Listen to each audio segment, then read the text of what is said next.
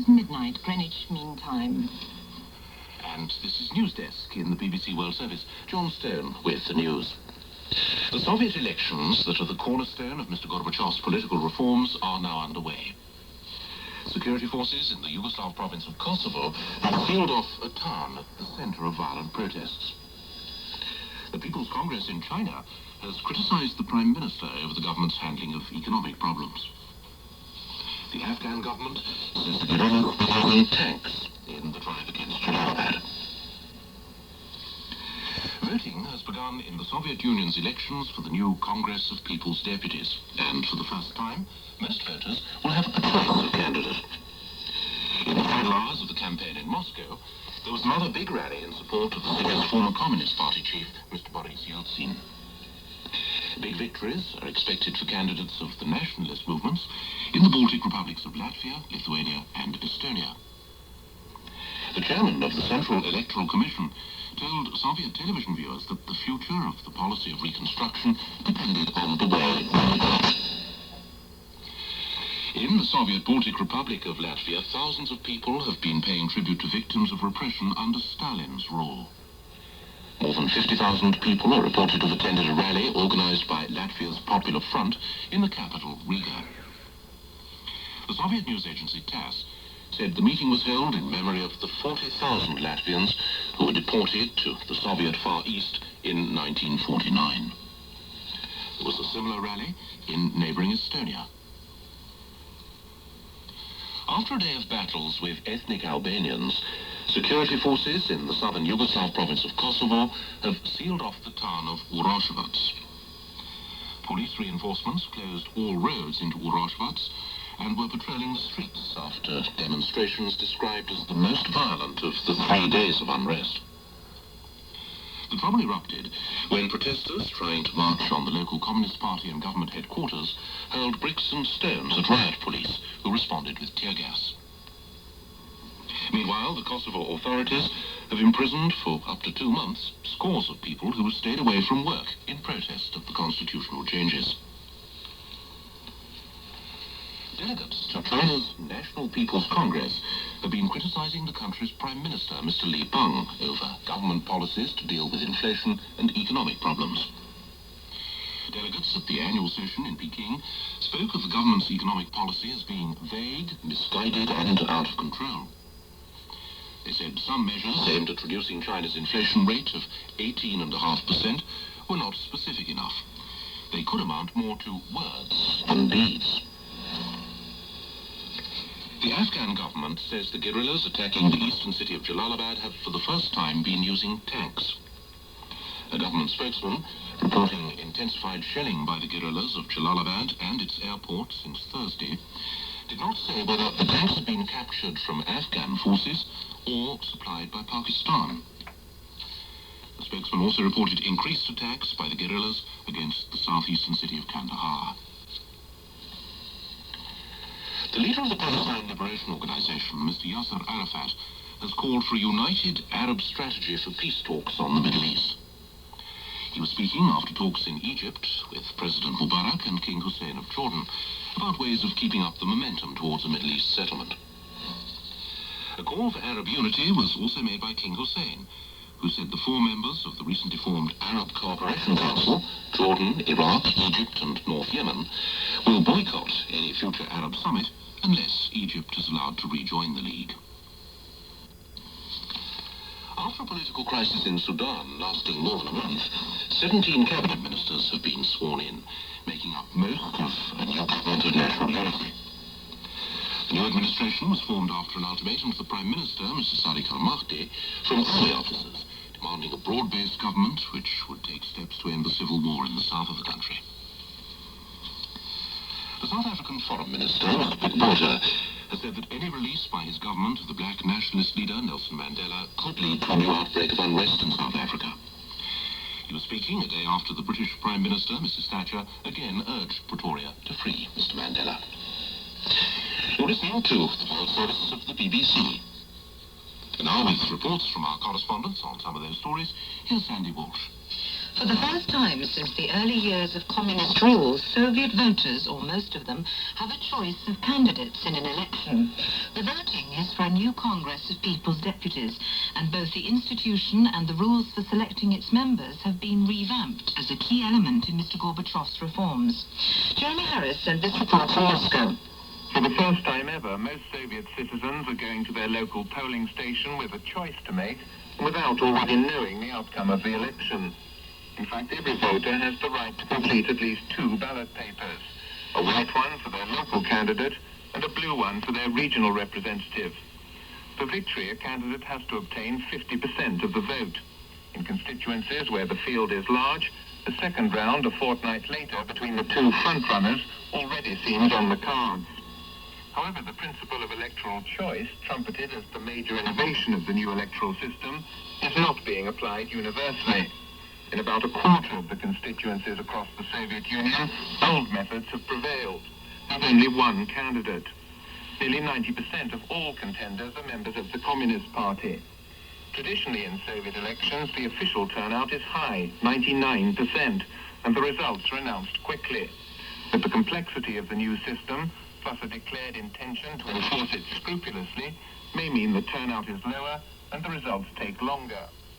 Critics of the new system say it's still undemocratic, but virtually no one disputes that by promoting broader political debate, it represents a significant advance on anything the Soviet Union has experienced for most of the 7 decades since the revolution. Jeremy Harris in Moscow. In Yugoslavia, there's been a 3rd consecutive day of disturbances in the southern province of Kosovo. The demonstrations were some of the most violent so far, prompting the security forces to seal off the town of Voronezh, the center of much of the trouble. The protesters, ethnic Albanians, are angry about constitutional changes which give the Republic of Serbia greater control over Kosovo's affairs. This report from David Blow in Belgrade. Chanting such slogans as "We won't give up the 1974 Constitution" and "Better dead than slaves," the demonstrators hurled stones and bricks at the riot police, who responded with tear gas. Some of the demonstrators were masked, some carried axes or clubs, and some are also reported to have fired on the police with pistols. Early on, they tried to march on the local party and government headquarters, but were driven back by a strong force of riot police. They then continued to battle with the police in side streets. In the meantime, military planes and helicopters flew over the town. At one point, the demonstrators held up a train at the railway station for about half an hour and smashed many of the train windows. But towards the middle of the afternoon, strong police reinforcements were sent into the town, and by 5 o'clock, order was reported to have been restored. All roads leading into the town have now been sealed off. The disturbances lasted for 5 hours and seem to have been the most violent so far. Several people were injured and a number of demonstrators detained. David Blow in Belgrade. Now to the situation in Afghanistan, where there appears to have been a further intensification of fighting around 2 key provincial cities, Kandahar and Jalalabad. There are also reports of new attacks by rebels on important supply routes. From Kabul, here's Dee Stasset. Both Kandahar and Jalalabad lie close to the Pakistan border and the guerrillas' main supply lines. A government spokesman said the Mujahideen, assisted by Pakistani militia, fired heavy artillery and rockets against Kandahar and its nearby airport on Friday, attacking from positions about 20 miles south of the city. He said the government responded with air and artillery strikes, inflicting heavy casualties among some 2,500 guerrillas. It's believed to have been the heaviest attack against this city for some time. The guerrillas may be trying to open new fronts to increase pressure against government forces, which so far appear to be standing their ground. Fighting is also continuing for the 3rd week around the eastern city of Jalalabad. The government says that since Thursday, the guerrillas have intensified shelling of the city and its airport. Firing was said to be heaviest from the east, with the guerrillas reportedly using armored vehicles, including tanks. The government says the Mujahideen are employing armor for the first time in this nearly 10-year-old war, a development which would improve their ability to shell government positions. But they're still relying on tactics such as cutting supply routes to weaken enemy forces. The guerrillas are said to have fired on heavily guarded trucks traveling to Jalalabad from Kabul. But the government says 2 more convoys succeeded in reaching the eastern city. Least a set in Kabul. The imminent release from prison of Nelson Mandela seems unlikely, judging by the latest comments from the South African leadership. The British Prime Minister, Mrs. Thatcher, had, in a BBC interview, urged Pretoria to free the jailed ANC leader and said that this would be one of the preconditions for her undertaking any visit to South Africa. But the South African Foreign Minister, Mr. Pete Botha, seemed to think Mr. Mandela's release would not be wise at present, as our Southern Africa correspondent Mike Wooldridge reports. Pete Botha's reaction to Mrs. Thatcher's remarks on Nelson Mandela would appear to lay to rest speculation that Pretoria could release him to coincide with Mrs. Thatcher's foray into Southern Africa. Mr. Botha recalled that at his meeting with Mrs. Thatcher in London earlier this month, he told her of President Botha's compassion for Mr. Mandela, but also explained the government's concern about the possibility of his release being accompanied by a renewal of violence. This suggests that Pretoria still does not feel that a climate has been created in which the ANC leader could be freed safely and in a way which could be turned to the country's advantage. The Foreign Minister says Mrs. Thatcher appreciated the South African government's position and told him she believed Mr. Mandela and the ANC should forswear violence, a point she repeated in her BBC interview. Mr. Botha has not responded to Mrs. Thatcher's offer of Britain's help in organising a regional conference to find a solution to the problems facing South Africa. But this doesn't mean Pretoria would reject the idea. It simply sees it as a suggestion that's been mooted before and has as yet got nowhere. Mike Wooldridge. The latest attempts to try to advance the Middle East peace process has taken place in Egypt, where President Mubarak, together with King Hussein of Jordan and the PLO leader Mr. Yasser Arafat, have held several hours of talks. Barnaby Mason reports from Cairo. The Egyptians and others are trying to get as wide an Arab consensus as possible behind the campaign for an international conference on the Middle East, before the forthcoming visits to Washington by President Mubarak and King Hussein. Mr. Mubarak said after the Ismailia talks that his main aim would be to get agreement on convening a conference. But there's still one Arab country that hasn't endorsed the PLO's new policy of recognizing Israel and accepting Security Council Resolution 242, Syria. And it's Syria, together with Libya and Lebanon, that has not restored diplomatic relations with Egypt or given the go-ahead for Egypt to be readmitted to the Arab League. The difficulty of convening an Arab summit under these circumstances clearly occupied the minds of the three leaders meeting in Ismailia. Yasser Arafat called for an extraordinary summit as soon as possible to draw up a unified Arab strategy for peace talks and end Egypt's suspension. And King Hussein, in the only unexpected development, made it clear that some Arab countries would boycott any summit if Egypt was not invited. He said the 4 members of the recently formed Arab Cooperation Council, Egypt, Jordan, Iraq and North Yemen, had decided to attend as a group or not at all. Barnaby Mason. It's still not clear what will be the full environmental impact of the big oil tanker leak off the coast of Alaska, the United States' most northerly outpost. A huge damage limitation operation is underway. But as Bob Simpson reports, unless there is a sudden change in wind direction, the incident may not have such serious consequences as at first feared. It's estimated that 11 million gallons of crude oil have leaked from 3 ruptured tanks on the ship.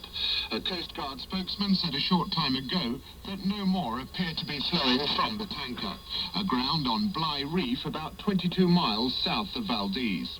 He said that some oil had drifted onto 2 small islands in Prince William Sound and that 2 Coast Guard helicopters would be overflying the area to assess the full extent of the slick, which is about 5 miles long and is several hundred feet wide. Initial attempts to use detergents to disperse the oil proved futile, apparently because the sea was too calm to mix the detergent with the oil. More men and equipment are being moved in by the tanker's owners, the Exxon Shipping Company, and by the firm which operates the oil terminal at Valdez Port, where she loaded.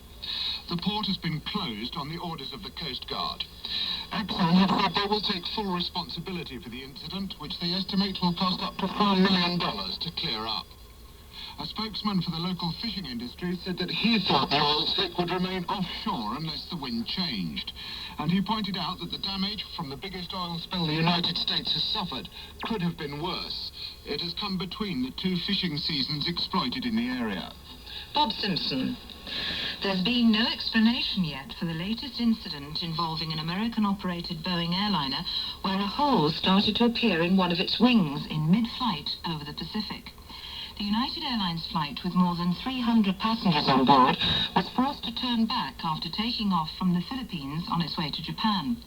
Passengers could actually see pieces of the wing ripping off until a gaping hole 4 feet by 10 feet was left. Over the past 12 months, there has been an upsurge in reported incidents involving Boeing aircraft. Here's Jonathan Charles.